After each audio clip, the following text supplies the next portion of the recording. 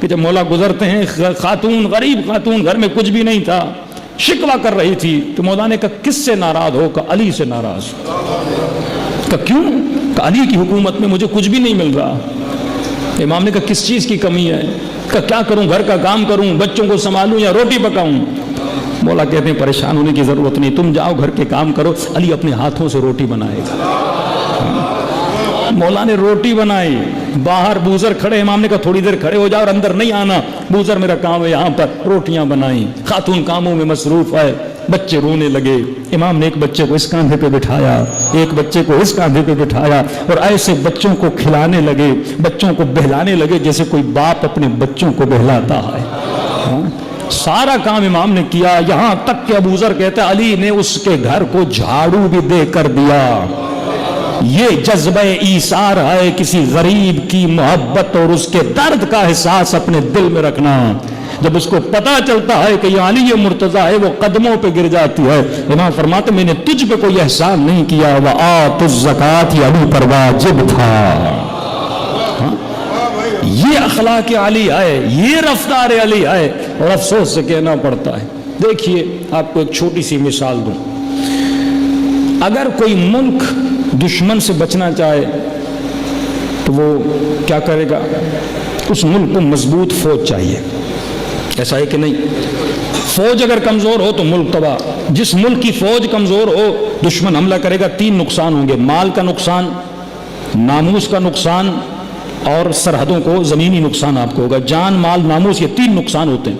تو اس ملک کے باشندوں پر فرض ہے کہ اپنی فوج کو معاشی مدد بھی کرے، اپنی فوج کو مورلی اخلاقی مدد بھی کرے، تاکہ ملک کی فوج مضبوط ہو جائے۔ فوج مضبوط نہیں ہوگی، ملکوں کا حال ایسا ہوگا جو افغانستان کا ہے، عراق کا ہے۔ تو فوج حفاظت کرتی ہے ملک کی سرحدوں کی۔ اب مومن دعا کرتا ہے کہ پروردگارا مجھے امام زمانہ کی فوج کا حصہ بنا۔ دعا کرتے ہو کہ نہیں؟ اچھا امام کی فوج کیا کرے گی؟ کس چیز کا دفاع کرے گی؟ اے مومن، آج تک تم نے سوچا کہ حسین نے اپنے گلے کو کٹوا دیا کس چیز کے دفاع میں؟ عباس نے بازوؤں کو کٹوا دیا کس چیز کے دفاع میں؟ سیدہ کے شکستہ پہلو شکستہ ہوا کس چیز کے دفاع میں؟ علی ابن ابی طالب کے ہاتھوں میں رسیاں بندھی کس چیز کے دفاع میں؟ فرمایا ہم خلق ہی اسی لیے ہوئے ہیں تاکہ دین کی سرحدوں کی حفاظت کریں۔ ملک کی سرحدیں بچیں گی، جان بچے گا، مال بچے گا، ناموس بچے گا، لیکن اے جوان جب دین کی سرحدیں بچیں گی تمہاری غیرت بچے گی، تمہارا حیا بچے گا، تمہارا دین بچے گا، تمہاری قیامت بچے گی، تمہاری قبر بچے گی۔ تو اہل بیت نے اپنے جسم کو کٹوا دیا تاکہ یہ جسم کٹتا ہے تو کٹ جائے، لیکن خدا تیرا دین بچ جائے، دین کی سرحد بچ جائے۔ علی کے ہاتھوں میں رسیاں، کسی نے کہا یا علی اب تلوار کیوں نہیں اٹھاتے؟ امام نے کہا تو علی کو جانتا نہیں؟ جب اس نے میرے چہرے پہ لعاب دہن پھینکی علی نے اسے مارا نہیں تھا۔ میں اپنی ذات کی دشمنی میں کسی کو نہیں مارتا، علی اسی کو مارتا ہے جو اللہ کا دشمن ہے۔ ابھی میری بات ہے، اب یہ بات میری ذات پر ہے۔ اگر دین خدا بچتا ہے تو علی صبر کرے گا، اگر میری تلوار سے دین کو نقصان ہوتا ہے تو علی کبھی تلوار نہیں اٹھائے گا۔ اب مومن سے سوال کروں گا، مومن تم دعا کرتے ہو کہ خدایا مجھے امام زمانہ کی فوج کا حصہ بنا، کیا مولا کی فوج ہے نہیں؟ اگر مولا کی فوج نہیں ہے تو یہ عزاداری کیسے بچی ہوئی ہے؟ اگر مولا کی فوج نہیں تو تمہارے اوپر تو کافر کافر شیعہ کافر کے آج سے نعرے نہیں، 1969 سے نعرے لگ رہے ہیں۔ کس نے تمہارا دفاع کیا اگر امام کی فوج نہیں ہے تو؟ کس نے دفاع کیا؟ آج تمہاری نماز بچی ہوئی ہے، آج تمہارا روزہ بچا ہوا ہے، آج تمہارے جوانوں کا حیا بچا ہوا ہے، آج تمہارے بیچ میں حسین ابن علی کا ذکر ہو رہا ہے۔ یہ دفاع کس نے کیا اگر امام کی فوج نہیں ہے؟ یہی تو ہماری غلطی ہے کہ ہم کسی فوج کے انتظار میں ہیں۔ امام فرماتے فوج موجود ہے تو اس فوج کو مضبوط کر۔ ملک کی فوج ہے جو سرحدوں کی حفاظت کرتی ہے، ایک فوج ہے وہ جو دین کی حفاظت کرتی ہے۔ وہ کون سی فوج ہے؟ وہ آپ کے مدارس ہیں، وہ حوضہ یہ علمیہ قم اور نجف کا حوضہ ہے۔ اس حوضے کا کام کیا ہے؟ دن رات کتابیں چھپتی ہیں تاکہ دین بچ جائے، شبہے اٹھتے ہیں، شبہوں کا جواب دیا جاتا ہے، امامت پہ بات ہوتی ہے، امامت کی بات کی جاتی ہے۔ الغدیر علامہ امین نے الغدیر جیسی کتاب لکھی ہے، اس کتاب کا جواب آج تک کوئی اہل سنت کا عالم دے نہیں سکا۔ ولایت علی کو ثابت کیا. جب آپ پر الزام لگتا ہے دفاع دین کا کون کرتا ہے؟ مدارس، مساجد، منبر، حوضہ علمیہ، یہ 4 چیزیں امام کی فوج ہیں.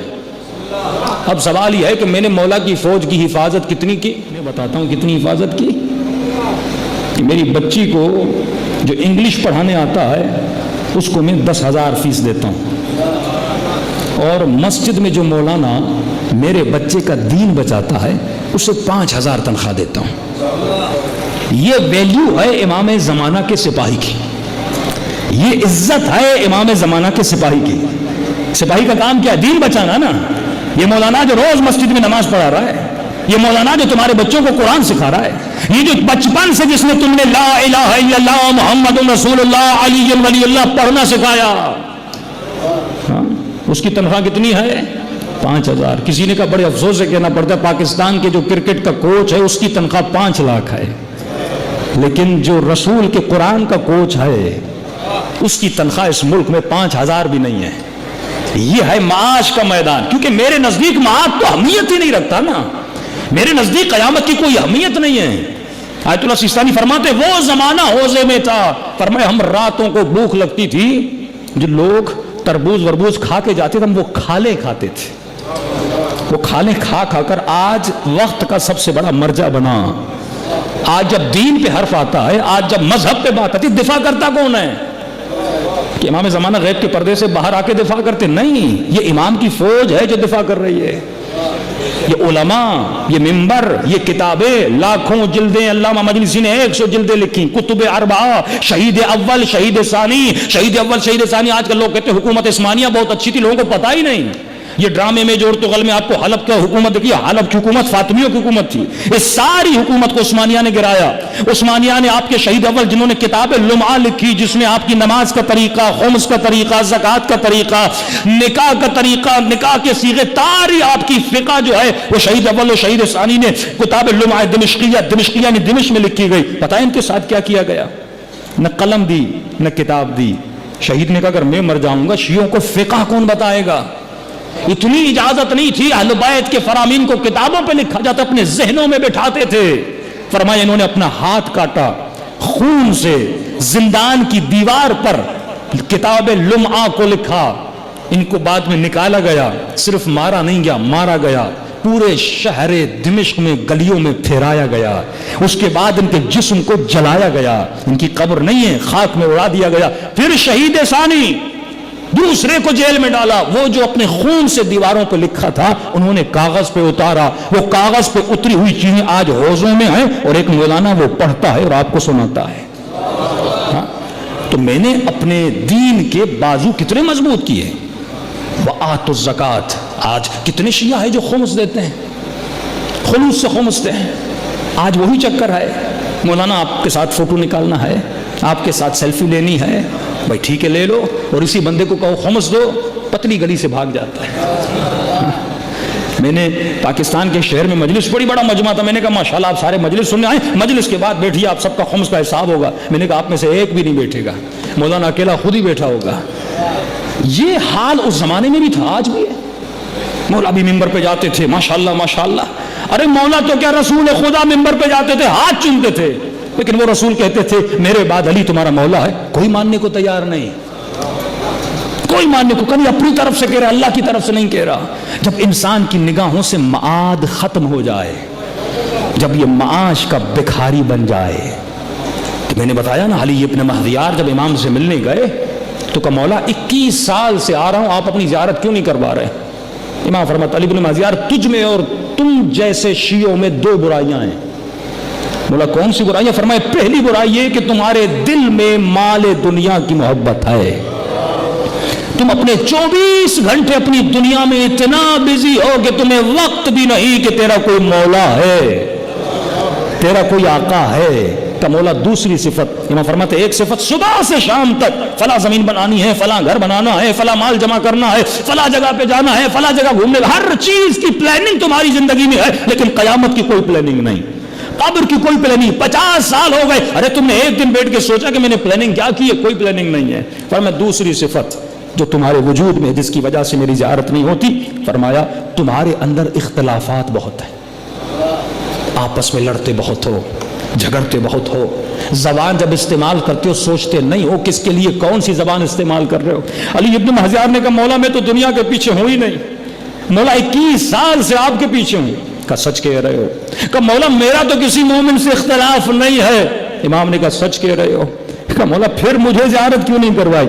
امام فرماتے ہیں 21 سال سے اپنی سگی بہن سے ناراض تھا، 21 سال سے۔ کیا بگاڑا تھا تمہاری بہن نے؟ کہا مولا یہ کیا وہ کیا۔ امام فرماتے ہیں کہ اس کے دل میں میری محبت ہے کہ نہیں؟ کہا مولا آپ کی ماننے والی ہے۔ فرمایا پھر تو کہتا ہے کہ نہیں انی سلم لمن سالمکم، جس کے دل میں آپ کی محبت ہے اس کی محبت میرے دل میں ہے۔ کہ جب تو نے اپنی سگی بہن سے قطع تعلق کیا تو تیرے مولا نے بھی تجھ سے قطع تعلق کیا۔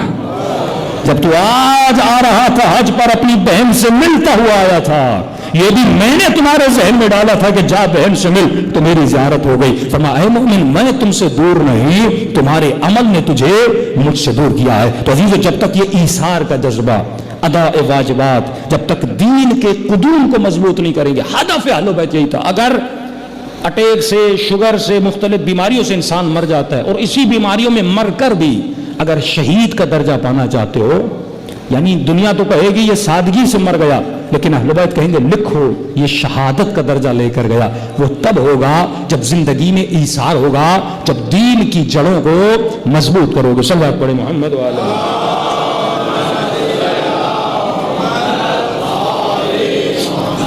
اب وقت نہیں ہے کہ میں زیادہ تفصیل میں جاؤں، لیکن ایک واقعہ آپ کو سناتا ہوا چلوں کہ جس سے پتہ چلے کہ ہمیں اپنے وجود کو بیدار کرنے کی ضرورت ہے۔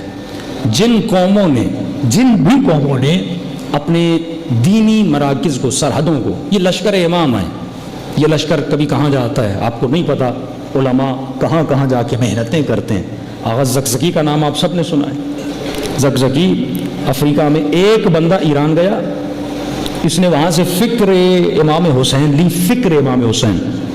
کئی لوگ کربلا جاتے ہیں، کوئی سجدگاہ لے کر آتا ہے، کوئی تصویر لے کر آتا ہے، کوئی علم لے کر آتا ہے، کوئی کفن لے کر آتا ہے، سب کچھ لے کر آتے ہیں، لیکن حسین کی فکر کوئی لے کر نہیں آتا۔ جو چیز تمہیں بدلے گی وہ حسین کی فکر ہے۔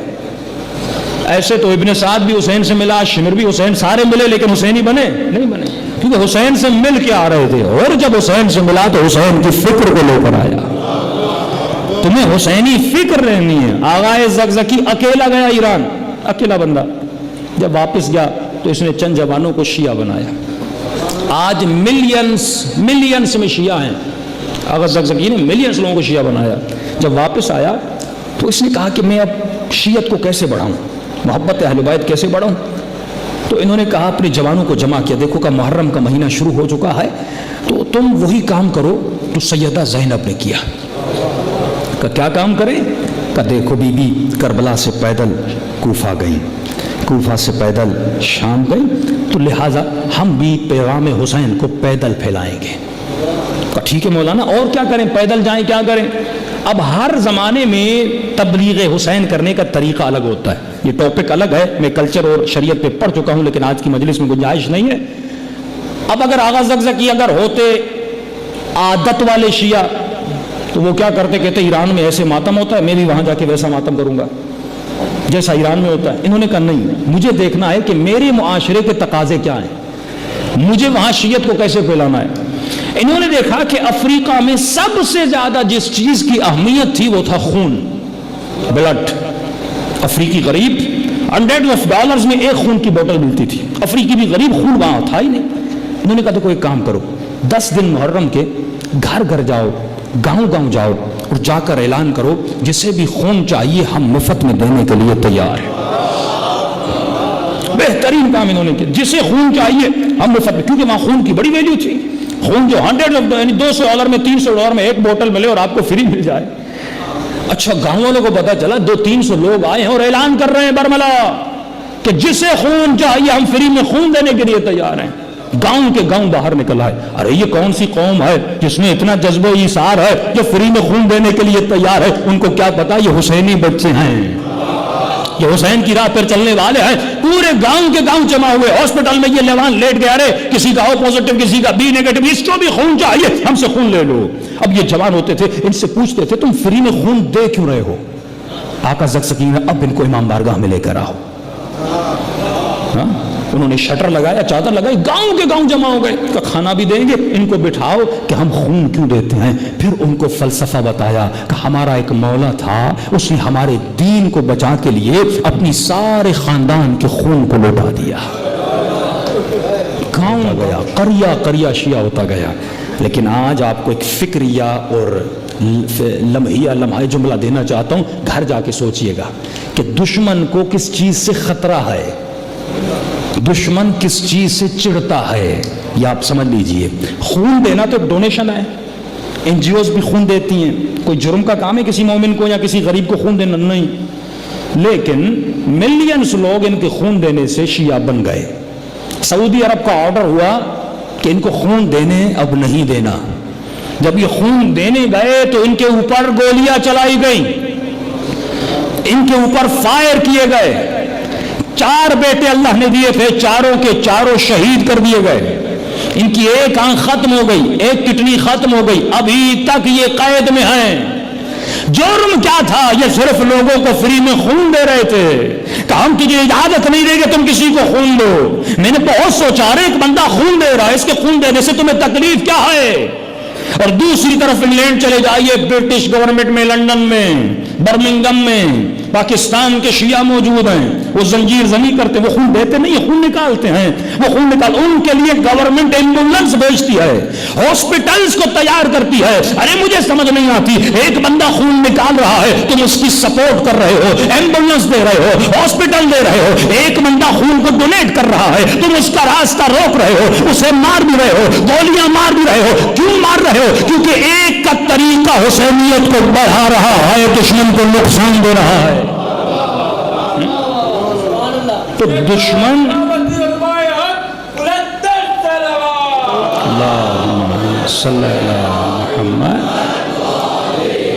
یہ نہیں کہ آزاداری اب جس طرح دل کرے آپ آزاداری کریں. دشمن کی سوچ کو بتانا چاہتا ہوں. ایک آزاداری آپ کرتے ہو, دشمن کو اس سے کوئی فرق نہیں پڑتا, کہتے کرتا رہے مجھے کیا ہے. لیکن ایک آزاداری وہ ہے جب آپ کرتے ہو تو دشمن کو کھٹکتا ہے, کیونکہ کچھ آزاداری کے طریقوں سے فکر حسین بڑھتی ہے. وہ جو طریقہ آغا زکزکی نے افریقہ کے لیے چنا, وہاں پر 200 سے 5 ملین لوگ شیعہ بن گئے, 5 ملین لوگ. تو اب سمجھ آیا دشمن کو کس سے خطرہ ہے؟ مسجد میں بیٹھے ہوئے اس ملا اور مسلم سے کوئی خطرہ نہیں جو تسبیح اٹھا کے اللہ ہو کہتے کرتے رہو پوری رات, تمہارے اللہ سے مجھے کوئی نقصان نہیں ہے. دشمن کو مدینے میں بیٹھے ہوئے نمازیوں سے خطرہ نہیں تھا, مدینے سے نکل کر کربلا میں آنے والے حسین جیسے نمازی سے خطرہ ہے, جو دشمن کی آنکھوں میں آنکھیں ملا کے بات کرے. آج پوری دنیا کے دشمنوں کو ایرانی شیعوں سے نفرت کیوں ہے؟ سعودی عرب قرآن چھاپتا ہے اور قرآن کو فرینچ میں, رشین میں چھاپتا ہے, اور جہاں پر یہ آیت آتی ہے غیر المغضوب علیہم ولا الضالین, اے خدا وہ جن پر تو غصہ کرتا ہے مغضوب ہے, ان کے راستے ترجمے میں پتہ ہے کیا لکھا ہے؟ کہ غیر المغضوب, اے خدا مجھے ان کے راستے سے دور کر جو ایرانی ہیں. یہ ترجمہ اپنے قرآن میں سعودی عرب والے کر رہے ہیں. کیوں کھٹکتا اتنا؟ کیونکہ لبنانی شیعہ ان کی آنکھوں میں آنکھیں ملا کے بات کرتا ہے, ایرانی جوان ان کی آنکھوں میں آنکھیں ملا کے بات کرتا ہے, یمن کا شیعہ ان کی آنکھوں میں آنکھیں ملا کے بات کرتا ہے. ارے دنیا کی فوجیں ہیں, لیکن ہشت شعبی کو کیوں مارا جاتا ہے؟ کیونکہ اس میں وہ جوان ہیں جو امریکہ کی آنکھوں میں آنکھیں ملا کے بات کرتے ہیں. دشمن کو اس یزید سے خطرہ نہیں جو 1400 سال پہلے مر چکا. اس پہ لعنت بھیجتے رہو, وہ کہے گا 100 بار بھیجتے رہو, مجھے کوئی پرواہ نہیں ہے. دشمن کو یہ فکر ہے کہیں شیعہ کو پتہ نہ چل جائے, مسلمان کو پتہ نہ چل جائے کہ وقت کا یزید کون ہے. جب یہ شعور آئے گا. آج عرب کا جوان کیوں سویا ہوا ہے جب ان کے ملک کے اقتدار میں بیٹھے ہوئے لوگ اسرائیل سے ہاتھ ملاتے ہیں؟ ارے وہ اسرائیل جس نے خواتین کی عزتوں کو لوٹا, لاکھوں بچوں کو فلسطین میں شہید کیا. کہ وہ بچہ جب مر رہا تھا اس نے کسی کو کہا کہ بتانا, اور کہا کہ اے پروردگارہ جتنا جلدی ہو سکے میری جان کو لے لے. کسی نے کہا تم موت کی اتنی دعا کیوں کر رہا ہے؟ کہ کیونکہ مجھے بھوک بہت لگی ہے, دل کرتا ہے جلدی مر جاؤں جنت میں کھانا ملے. یہ حالت کی لوگوں نے 4 سال کے بچوں کو مارا. ابھی بھی ان کے کتنے جیل کتنے زندان بھرے ہوئے ہیں آپ تصور کر نہیں سکتے. لیکن وہ عرب خاموش آئے کیونکہ ان کے پاس کوئی حسین نہیں ہے. اگر یہ قوم بیدار آئے کیونکہ اس قوم کے پاس حسین ابن علی آئے. صلوات پڑھے محمد و آل محمد. تو عزیزو جب تک دشمن شناس نہ بنو, دشمن شناس بننا ہے کہ وقت کا دشمن کون ہے. اس بچوں کو سمجھانا ہے کہ میرے لال یزید کون تھا, یزید کی صفات کیا تھی. فلسفہ حسین کو جب تک دنیا بنے گی نہ آخرت بنے گی. دشمن کا اگر مقابلہ کرنا ہے, میں نے کل کی مجلس میں اشارہ کیا, آج ہر چیز ہمیں دشمن دے رہا ہے. میں نے کہا یہاں تک کہ جو ہم کولڈ ڈرنکس پیتے ہیں وہ بھی دشمن نے بنائی ہیں. پیپسی بھی یہودیوں کا, کوک بھی یہودیوں کی, 7 اپ بھی یہودیوں کی, سب کچھ یہودیوں کی. اس ملک میں کچھ بھی ہمارا نہیں ہے. تو ہمیں کرنا کیا ہے, ہمیں ان کے مقابلے میں چیزیں بنانی ہیں جس میں ہمارے ملک کا فائدہ بھی ہو, اس قوم کا فائدہ بھی ہو. جو صاحب حیثیت ہیں ان کے مقابلے میں کچھ چیزیں بنائیں. آج جوان کپڑے پہننا چاہتے ہیں, ہمارے پاس کوئی اسلامک فیشن ڈیزائنر نہیں ہے, نہیں ہے. ہمارا رشتہ دار فیشن اینڈ ڈیزائننگ پڑھتا ہے کراچی میں, تو میں نے کہا اب کیا ڈیزائن کرو گے. اس نے اسکرٹ لائی, پینٹ لائی, خواتین کے مغربی سٹائلز لائے. میں نے کہا کوئی ہے ہی نہیں کوئی اسلامی ڈیزائنر. یہاں تک کہ جو ہمارے کپڑے ڈیزائن ہو رہے ہیں وہ بھی مغرب کی ثقافت پہ, کچھ بھی نہیں ہمارے پاس اپنا. حسین تجھے چاہتے تھے کہ تو سب کچھ اپنا بنائے. یہ جوان پڑھو لکھو, اسلام کی بنیادوں کو مضبوط کرو, ستونوں کو مضبوط کرو. ہم کر سکتے ہیں اگر ہمارا معاش مضبوط ہو جائے. اے جوان معاش مضبوط کرو, لیکن اس فکر کے ساتھ معاش مضبوط کروں گا اس لیے اسی معاش سے میں اپنے دین کو مضبوط کروں گا. لیکن اگر ہم کمزور رہے تو کچھ بھی نہیں ہوگا. اور ایک چیز کا خیال رکھیے, پاکستان میں بہت ساری ایسی کمپنیاں ہیں جن کے جو مالکان ہیں وہ بڑے ناصبی ہیں. مجھے کراچی میں رپورٹ ملی کہ ہم مسالے اپنے کھانوں میں استعمال کرتے ہیں, شان ہر بندہ استعمال کرتا ہے. اس کا مالک ایک مستند بندے نے بتایا اتنا بدبخت ہے کہ اگر اس کو پتہ چل جائے اس کی فیکٹری میں کوئی شیعہ ہے اسے فوراً نکال دیتا ہے. اور ہم اس کمپنی کی چیزیں لیتے ہیں اور اس کے ہاتھوں کو مضبوط کرتے ہیں, اور یہی لوگ ان جلسوں کو, ان کافروں کو, ان بدبختوں کو, یہ مالدار لوگ مدد کرتے ہیں. ایک مالدار ہے بی بی ختیجہ جیسا, ایک مالدار ہے ابو سفیان جیسا. ہر کسی کو اپنا مال کہاں پہ استعمال کرنا یہ جاننا چاہیے. جب وہ لوگ اپنے لوگوں کے ہاتھوں کو مضبوط کر رہے ہیں تو ہمیں بھی ایسے لوگوں کی چیزیں استعمال کرنی نہیں چاہیے جس سے مسلمانوں کو یا بالاخص تشیع کو نقصان ہو. یہ آپ کے اندر پاور ہونا چاہیے, نہیں کہ ہمارے اندر بے حسی ہونی چاہیے کہ میرا کیا جائے. صلوات پڑھے محمد و آل محمد.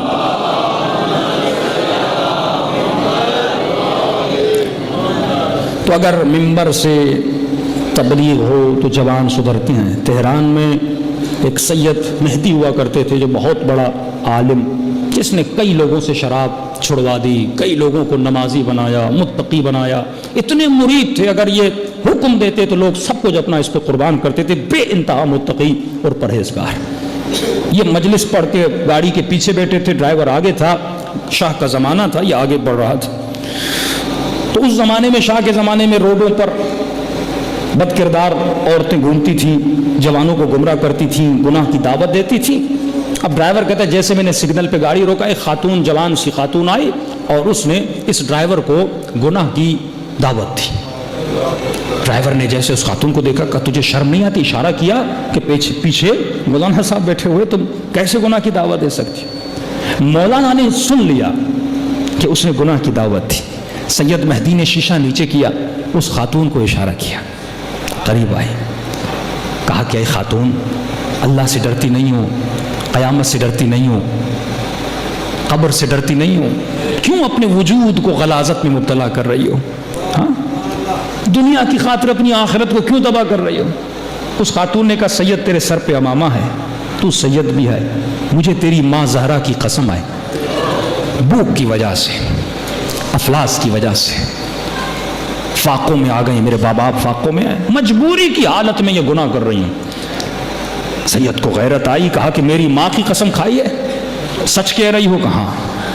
اسی وقت سید نے جیب سے لفافہ نکالا, کہا دیکھو ابھی جو مجلس پڑھ کے آ رہا ہوں یہ اس کا نیاز ہے, اس لفافے کے اندر ہے.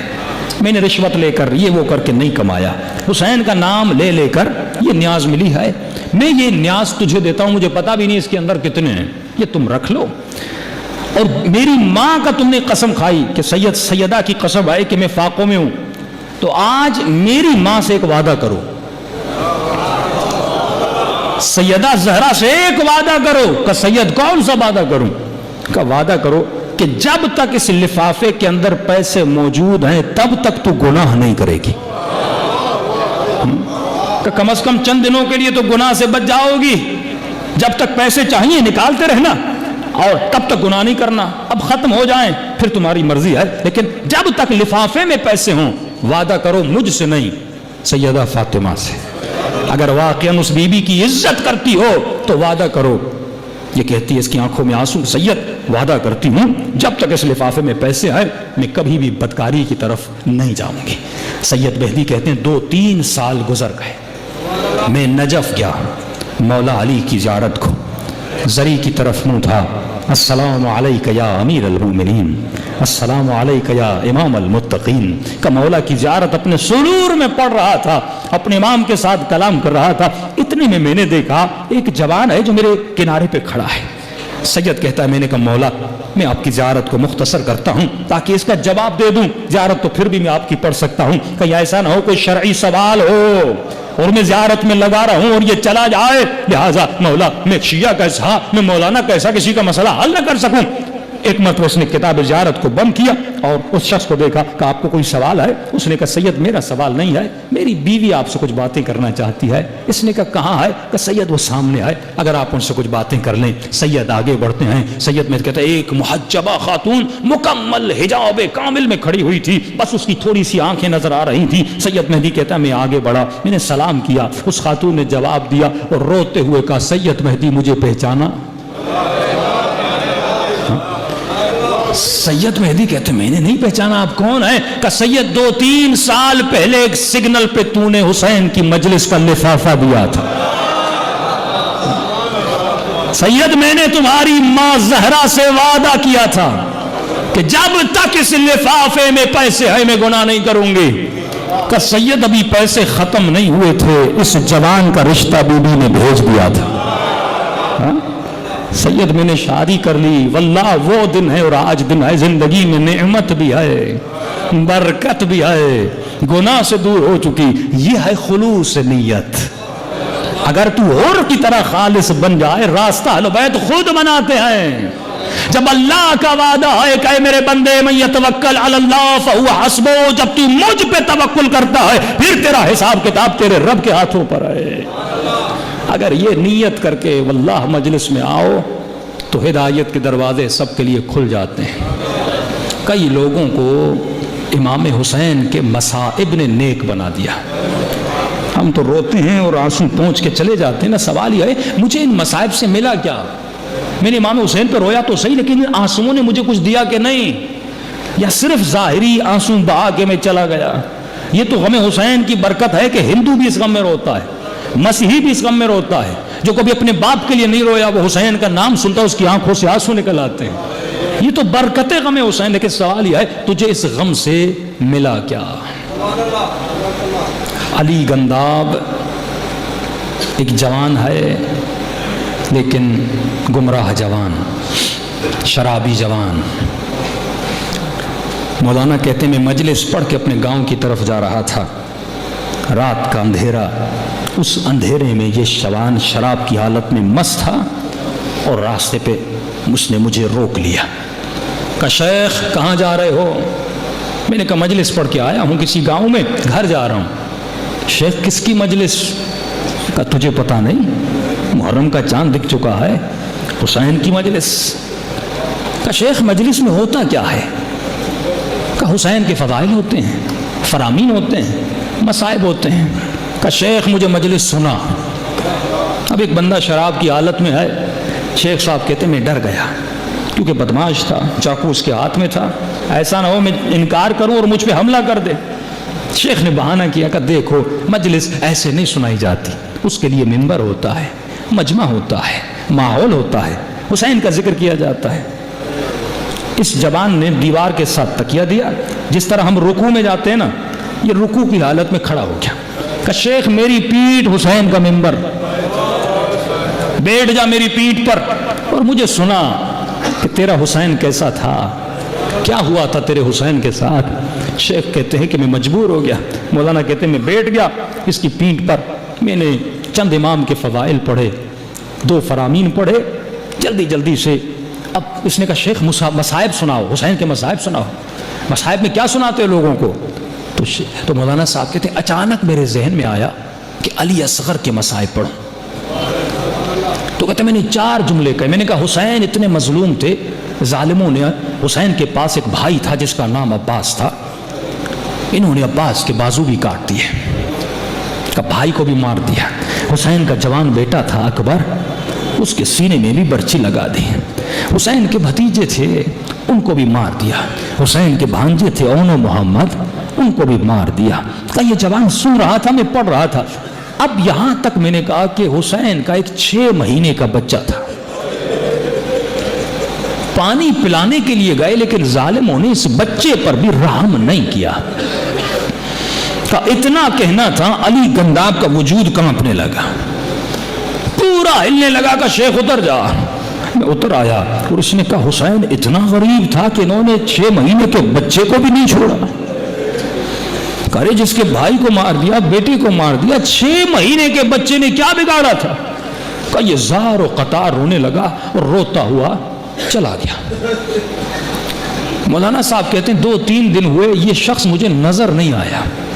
میں نے اس کے رشتہ داروں سے پوچھا وہ علی گنداب کہاں ہے؟ انہوں نے کہا شیخ صاحب پتہ نہیں، اس رات گھر آیا، پوری رات روتا رہا، صبح ہوئی کچھ کپڑے لیے اور صبح سویرے چلا گیا، ہمیں نہیں پتا کہاں گیا۔ شیخ صاحب کہتے ہیں 2 سال گزر گئے، میں نجف گیا مولا علی کی زیارت کو۔ اس وقت بڑے مرجع آیت اللہ اصفہانی پیش امام تھے نجف کے، ان کے پیچھے نماز پڑھنے کا شرف حاصل ہوا۔ میں نے دیکھا قبلہ کے پیچھے ایک شخص کھڑا ہے جو نماز پڑھ رہا ہے، میں نے چہرہ دیکھا، چہرہ پہچانا ہوا تھا۔ جب غور سے دیکھا میں نے کہا یہ تو وہی علی گنداب ہے جو اپنے شہر کا مشہور شرابی تھا، گنہگار تھا۔ میں آغا اصفہانی سے ملنے، میں نے کہا مولانا یہ کون ہے؟ کہا پتہ نہیں، 2 سال پہلے آیا تھا، پورے نجف میں اس سے بڑا کوئی نمازی نہیں، پورے نجف میں اس سے بڑا کوئی متقی نہیں، لوگ وقت نماز پہ آتے ہیں، یہ رات کے 2 بجے مسجد کوفہ میں جاتا ہے۔ کہا اتنا روتا ہے، اتنا روتا ہے، ہم نے نہیں دیکھا آج تک کوئی اتنا روئے، اور رو رو کے کہتا کیا ہے؟ کہ رو رو کے 1 گھنٹہ کہتا خدا میرا یہ گناہ معاف کر دے، میرا یہ گناہ معاف کر دے، اور اس کے بعد کہتا خدا اگر تو نے یہ گناہ معاف کر دیا میں فلاں گناہ کا کیا کروں گا؟ کہ پھر اس گناہ پہ روتا ہے، کہ گھنٹے گھنٹے مسجد کوفہ میں روتا ہے، یہاں کا سب سے بہترین نمازی ہے۔ یہ کہتا میں نے تعجب کیا، ایک وقت میں سب سے بدترین انسان تھا، آج بہترین انسان بن گیا۔ فرمایا میں کافی دن نجف میں رہا، رات نماز عشاء پڑھی، اچانک ایک طالب علم دوڑتا ہوا آیا، اس نے کہا اصفہانی وہ جو فلاں مجتہد ہے ان کی طبیعت بڑی خراب ہے، سکرات کا وقت ہے اور کنفرم ہے کہ آج رات وہ غالباً مر جائیں گے، تو ان کے گھر والوں نے کہا ہے کہ آغا کو کہو کہ اس کے لیے قبر کا بندوبست کریں۔ بہت اچھا مجتہد تھا اور وقت کا استاد تھا بہترین۔ اب ظاہر جو مراجع کی قبریں ہوتی تھیں وہ حرم کے اندر کھودی جاتی نہیں، کوئی عام بندہ حرم میں دفن تو ہوتا نہیں تھا۔ انہوں نے کہا کیونکہ وقت کا بہت بڑا مرجع ہے، اس کی قبر کو علی کے دروازے پہ کھودا جائے، جہاں سے مولا کے حرم کے اندر جاتے وہیں زمین پر اس کی قبر کو کھودا جائے، اس سے بڑا مقام نہیں ملے گا۔ یہ وہ دروازہ ہے جہاں سے ملائک آتے ہیں، جہاں سے انبیاء کا ورود ہوتا ہے، جہاں سے مولا کے زائر آتے ہیں، ارے یہاں پہ اس کو دفن کیا جائے گا۔ کہ اسی رات قبر کو کھودا گیا، قبر کو تیار کیا گیا، صبح کی نماز ہوئی، نماز ہونے کے بعد آغا اصفہانی نے کہا کیا ہوا، خبر ہوئی کہ نہیں ہوئی؟ کہ مولانا اللہ نے بڑا کرم کیا، سکرات کا وقت تو تھا لیکن اللہ نے ان کو بچا لیا ہے، بالکل ٹھیک ہو گئے جیسے وہ کبھی بیمار ہوئے ہی نہیں تھے۔ آغا اصفہانی پریشان ہوئے، تم نے تو کہا مرنے کا مولانا، ہاں واقعی 99% چانسز تھے وہ مر جائیں گے، لیکن پھر اچانک ایسے ٹھیک ہو گئے کہ بات سمجھ میں نہیں آتی۔ اب یہ سوچ رہے تھے قبر تیار بھی کر لیا ہے، قبر کو کھود بھی لیا ہے، کیا کرے؟ اتنے میں ایک بندہ دوڑتا ہوا آیا، کہنے لگا مولانا علی گنداب جو ہے کافی دیر سے سر کو سجدے میں رکھا ہوا ہے، ہم نے آوازیں بھی دی ہیں لیکن آواز آ نہیں رہی. آغا اصفہانی دوڑے دوڑے گئے, بہترین نمازی تھا, اس کو اٹھانے کی کوشش کی لیکن دیکھا اس کی گردن ڈھلی. نبض کو چیک کیا تو سانسیں تو کب کی جا چکی تھی. حالت سجدہ میں حسین کی طرح روح پرواز کر چکی تھی کہ مولانا کیا کریں. آغا اصفہانی کی آنکھوں میں آنسو آ گئے, کہنے لگا یہ قبر اس کے لیے نہیں کھودی گئی تھی, علی نے اپنے علی کے لیے کھدوائی تھی. جلدی غسل دو, کفن دو.